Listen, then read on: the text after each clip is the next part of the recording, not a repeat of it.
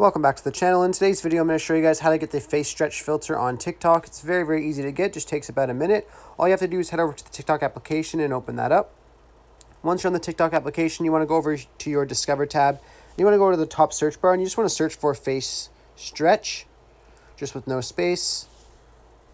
And once you search for that, you want to just go to the top of the videos here and you just want to click through them and just find one with the filter on it. So just like this one right here, just right above the person's username, you see that little face stretch logo with the little yellow star. You want to go ahead and click on that. And then from here, you'll be able to add this to your favorites. So you're able to make your own TikTok videos with this filter. I hope I was able to help you guys out with showing you guys how to get the face stretch filter on TikTok. If this was helpful, be sure to leave a like on the video and subscribe for more. Thanks for watching.